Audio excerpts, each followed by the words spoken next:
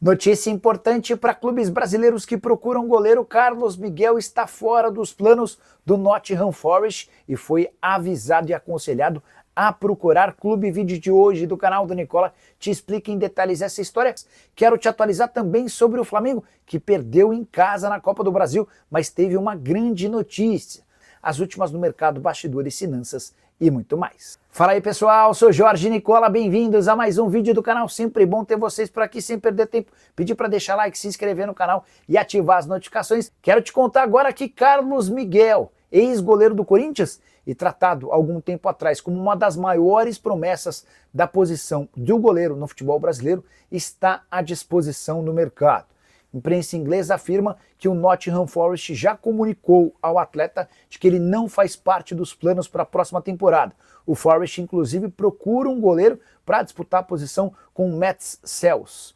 Como o Carlos Miguel é estrangeiro e não foi utilizado na primeira temporada, foram só 3 aparições, fica ruim para o Forest manter um goleiro que não é titular, bem longe disso, e ocupa a vaga de estrangeiro. Então, a ideia do Forest é negociar o mais rápido possível o Carlos Miguel.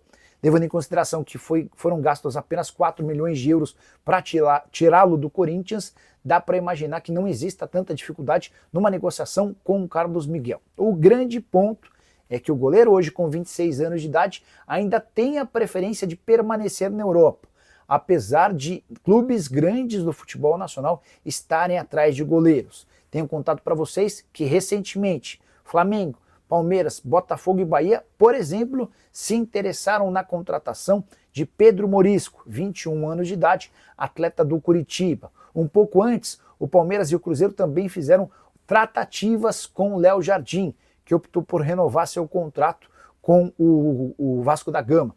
Importante lembrar ainda que dá para dizer que o Cruzeiro saiu dessa disputa por goleiro depois de fechar com o Matheus Cunha, reserva do Rossi, e é também por conta da saída do Matheus Cunha prevista para dezembro que o Flamengo monitora o mercado, disposto a trazer alguém para fazer sombra ao Rossi.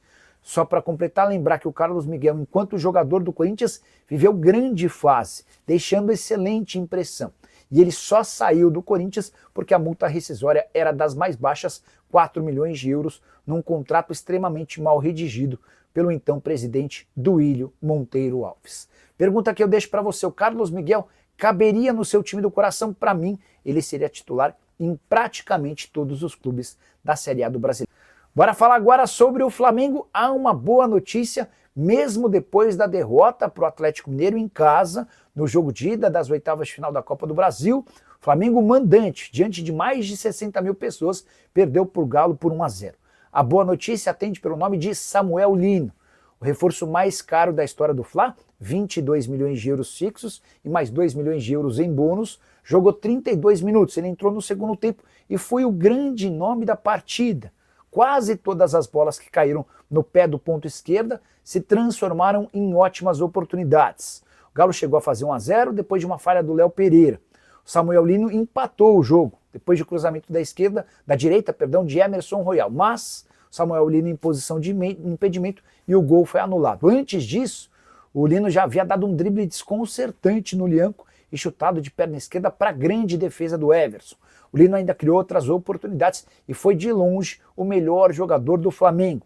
Sua estreia só não terminou com gol por conta desse impedimento, mas o torcedor do Flamengo que foi ao Maracanã gostou especialmente de ver o ex-jogador do Atlético de Madrid.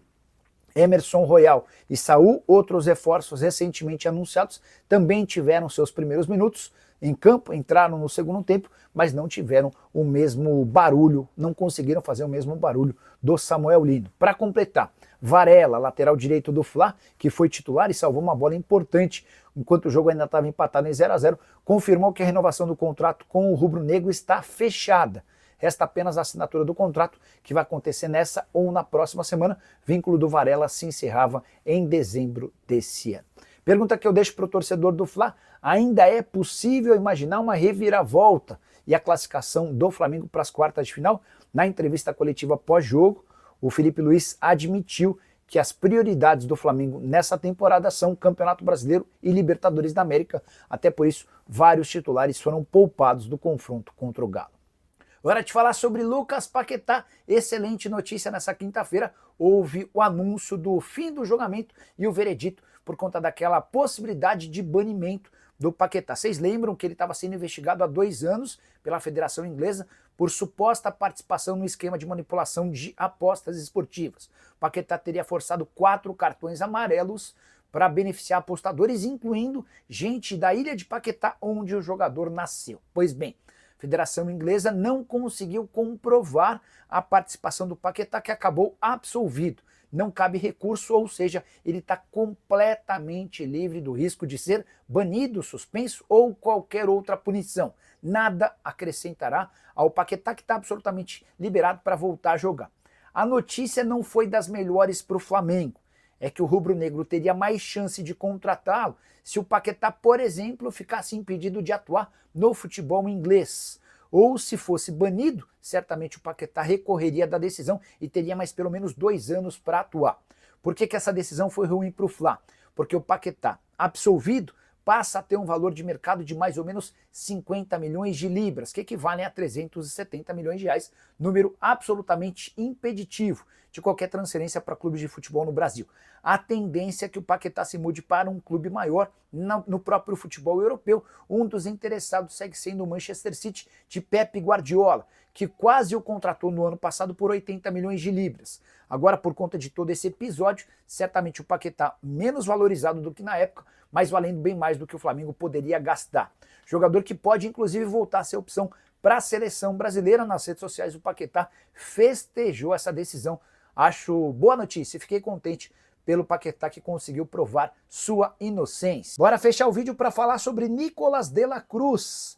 O meia atacante do Flamengo talvez nem admita publicamente, mas quer deixar o rubro-negro para voltar ao River Plate. Essa vontade já é antiga e foi ainda mais aumentada depois do episódio com o José Luiz Runco. O médico do Flamengo, demitido na semana passada, deixou o de la Cruz numa situação extremamente ruim, até porque o Runco expôs a condição clínica do de la Cruz num grupo de WhatsApp com 71 pessoas. O Runco escreveu, abre aspas, o jogador foi comprado em outra gestão sem a menor condição, pois apresenta lesão crônica e irreparável no joelho direito e uma lesão no joelho esquerdo. Como somos bípedes, temos dificuldades de equilíbrio e equilíbrio muscular se algum membro já estiver afetado. Estamos tentando fazer o possível para que ele possa participar, mas é muito complicado. E quanto à venda, só se tiver algum clube que tenha interesse por outro motivo e não para jogar futebol competitivo, fecha aspas, disse José Luiz Runco.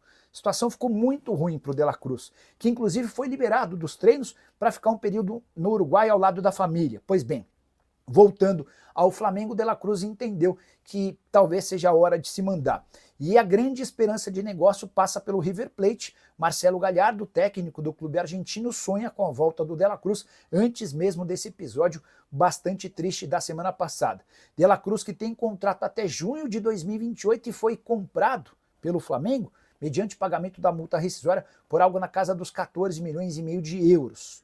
Hoje o jogador está avaliado em 18 milhões de euros, mas certamente, se existir um negócio com o River Plate, as cifras serão bem inferiores.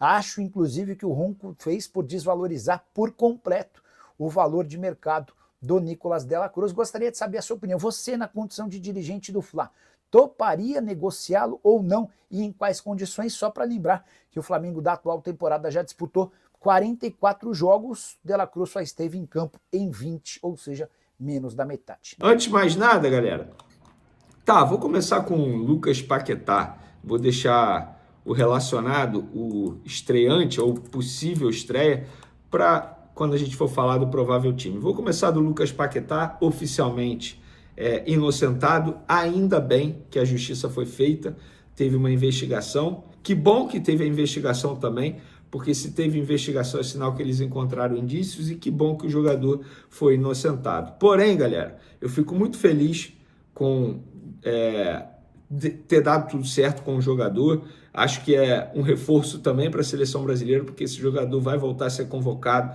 é um jogador extremamente importante. Fico feliz pela pessoa, Lucas Paquetá, fico pensando como ele não sofreu. Cara, você trabalhar, viver com um problema desse, a angústia, o lado mental, as noites sem dormir, fora o prejuízo que ele teve. Porque, gente, sejamos francos, esse jogador estava praticamente vendido ao Manchester City. 2 anos atrás ele ia trabalhar com Pep Guardiola, ele ia ter essa oportunidade. E por conta dessa investigação, o Manchester City desistiu. Por conta dessa investigação, esse jogador provavelmente teve danos e deixou de ser convocado para a seleção brasileira em alguns momentos. Provavelmente o rendimento dele caiu bastante também com a camisa do West Ham. Eu lamento esse ponto. Não é só comemorar. Eu acho que o jogador ele também tem que buscar, entre aspas, os seus direitos. E aí não sei como é que a justiça do atleta, os advogados do atleta vão pensar em relação a isso. Mas ainda bem que ele se libertou desse problema, porque, repito, você conviver com um problema desse é algo absurdo. Imagina, cara, quantas noites sem dormir que esse cara não teve. Deve ter sido terrível você conviver com esse problema durante 2 anos. Mas vamos falar agora daqui para frente. Muito torcedor do Flamengo está sonhando com o retorno de Lucas Paquetá por conta disso. Eu vou falar o que eu falei antes mesmo dessa inocência ter sido oficial. Não faz o menor sentido, com a inocência do Lucas Paquetá, o West Ham simplesmente liberar o jogador por 30, 35 milhões de euros. Pelo contrário, esse jogador é extremamente valorizado no mercado. Eu tenho certeza que vai ter clube querendo contratar o Lucas Paquetá pagando muito mais que esse valor. E, inclusive, isso é uma apuração, que na verdade foi publicado primeiro pela mídia inglesa e eu confirmei. O West Ham, galera, pretende vender Lucas Paquetá, se for vender Lucas Paquetá, por pelo menos 50 milhões de libras. Na ocasião, o Orlando City ia pagar 60 milhões de libras. Gente, 60 milhões de libras hoje dá em torno de, sei lá, 450 milhões de reais. Na boa, por que o West Ham iria liberar para o Flamengo por 30 milhões de euros, 35 milhões de euros? Não faz o menor sentido o torcedor rubro-negro pensar assim. E eu lamento para aqueles que estavam torcendo para ele ser punido, condenado, para ter uma chance maior de jogar no Flamengo. Isso não faz o menor sentido também no lado humano. Vamos ter um pouco de empatia. Lucas Paquetá, seja feliz, independentemente seja no West Ham, no Manchester City, se o Manchester City quiser contratá-lo novamente, ou no Flamengo. Eu quero que você seja feliz. Desfrute do seu momento, da sua felicidade. Dê um abraço na família, porque com certeza a família sofreu bastante também. Vamos falar agora da recusa da proposta ao Flamengo por Léo Ortiz. O clube que fez essa proposta foi o RB Leipzig, da Alemanha, que inclusive é do mesmo grupo do Red Bull Bragantino que o Léo Ortiz defendia antes de chegar ao Flamengo. E a informação publicada primeiramente pelo GE, que nós confirmamos que de fato teve a proposta há alguns dias, não foi essa semana, mas foi há alguns dias, segundo essa pessoa do Flamengo, a proposta foi de 12 milhões de euros, podendo chegar a 15 através de metas, ou seja, 12 mais 3 milhões em metas. É um valor fixo e mais outra parte em bonificação. O Flamengo recusou logo no primeiro momento, nem abriu conversas, nem abriu negociação, porque entende que Léo Ortiz é um jogador primordial ao técnico Felipe Luiz, e de fato está certo, né? Não é nem por conta da qualidade do Léo Ortiz, mas também da quantidade de zagueiros que tem hoje no elenco. O Flamengo hoje tem no elenco, vamos lá, Léo Pereira, Léo Ortiz, Danilo, João Vitor e Cleiton. São 5 zagueiros. Cleiton vai sair no fim do ano. João Vitor é uma jovem promessa, tem uma qualidade absurda, inclusive eu acho que deveria ser titular nessa quinta-feira contra o Galo. É uma qualidade absurda, mas é muito cedo para você deixar esse jogador como titular absoluto ou um reserva imediato. Danilo, a gente sabe que vive tendo problemas físicos e não é culpa do Flamengo.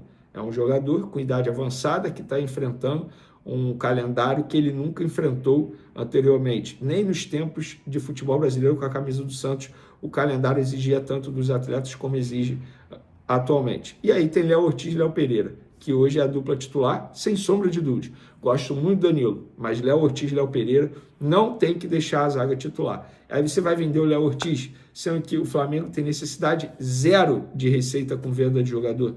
Não faz o menor sentido vender. Fez certo a diretoria em recusar, e está certo, independentemente do valor que chegue. E eu penso mesmo sobre o Léo Pereira, tá? Se chegar uma proposta para ele desse valor, eu acho que o Flamengo também tem que recusar, porque hoje é a dupla titular absoluta.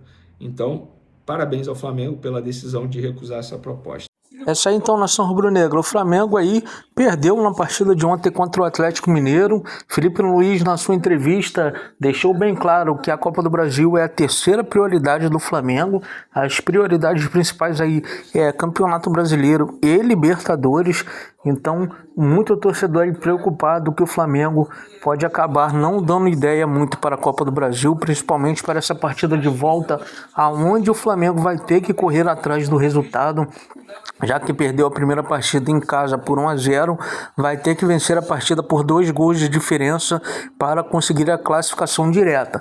Uma partida pelo placar mínimo, vitória do Flamengo, levará a decisão para os pênaltis e agora deixa o torcedor aí preocupado que o Flamengo deve ser possivelmente eliminado nessas oitavas de finais. Quero sua opinião sobre isso. E quero também que você opine aí sobre o Samuel Lino, que estreou entrando no segundo tempo na partida de ontem e fez um salseiro na partida, animando muito os torcedores. Fiquei super empolgado e eu quero saber a sua opinião. Não esqueça de deixar aquele like, se inscrever no canal e ativar também o sininho de notificações para não perder nenhum conteúdo.